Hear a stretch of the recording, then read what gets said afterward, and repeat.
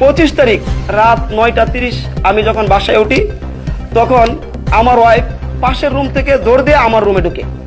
তখন আমি তাকে জিজ্ঞাসা করলাম, তুমি পাশের রুম থেকে দৌড় দিয়ে কেন আসলা? তখন সে বলল, না তো। তারপর আমি রুমের ভিতরে কিছুক্ষণ দাঁড়ায় থাকি, আমি একটু পানি খাই, আবার নিচে দোতলায় আইসা দাঁড়ায় থাকি। যখন 20 মিনিট দাঁড়ায় থাকি, তখন দেখি আস্তে করে পাশের রুমের দরজাটা খুলছে। যখন দরজা খুলছে, তখন আমি দৌড় দিয়া উপরে যাই। উপরে যাওয়ার পর দেখি মোবারক হোসেন শ্যামল সে ওই রুম থেকে বাইর হয়ে 3য় তলায় যাচ্ছে। তখন আমি আমার ওয়াইফকে বলি, তুমি এতক্ষণ ওই রুমে মোবারক হোসেন শ্যামলের সাথে তুমি কি করেছো? তখন তার কোনো উত্তর ছিল না। তখন সে বলছে, না আমি তো ছিলাম না। আমি বলছি ছিলাম। পরে বলছে ছিলাম না। পরে এক কথা দুই কথা আমার ওয়াইফের সাথে বাকবিতণ্ডা হয়।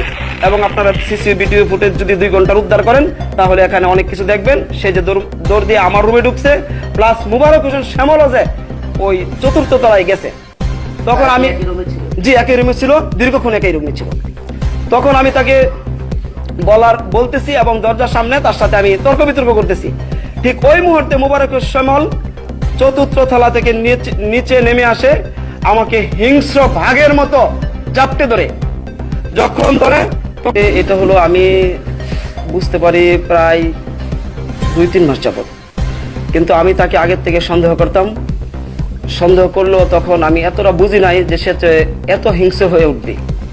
কারণ যখন আমি 2-4 মাস ধরে সন্দেহটার আমার তীব্র আকার ধারণ করছে, তখন আমি এই বিষয়টা আমার থানা আমির, উপজেলা আমির, পৌর আমির সকলকে অবহিত করি। এবং তখন তারা এই বিষয়টা নিয়ে তার সাথে বসার পরে সে মিথ্যা টোটালি অস্বীকার করছে। তারপর আমি এলাকাবাসীকেও জানাই যে সে যেন আমার রুমে প্রবেশ না করে। তারপর সে যখন আমি না থাকি, তখন সে হলো রুমে প্রবেশ করে। এবং আপনারা দেখতে পাবেন যে আমার রুমের সামনে এবং গেটে 2টা সিসি ক্যামেরা লাগিয়েছিলাম। আমি আমার অন্য প্রতিষ্ঠান পাশে থাকার সুবাদে আমি সেখানেও 2টা সিসি ক্যামেরা লাগাইছিলাম।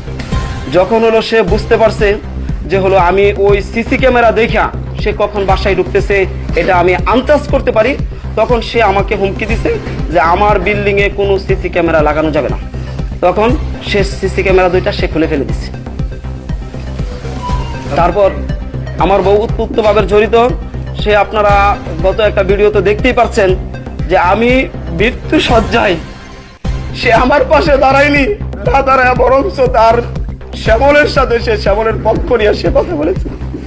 তাতে কি আপনারা বুঝতে পারেন যে আমার ওয়াইফ কতটুকু আমার পক্ষে আর কতটুকু আমার বিপক্ষে। না, আমার ছেলে মেয়ে নাই। সংসার জীবন 10 বছর। আমি 2017 সালে বিয়ে করি।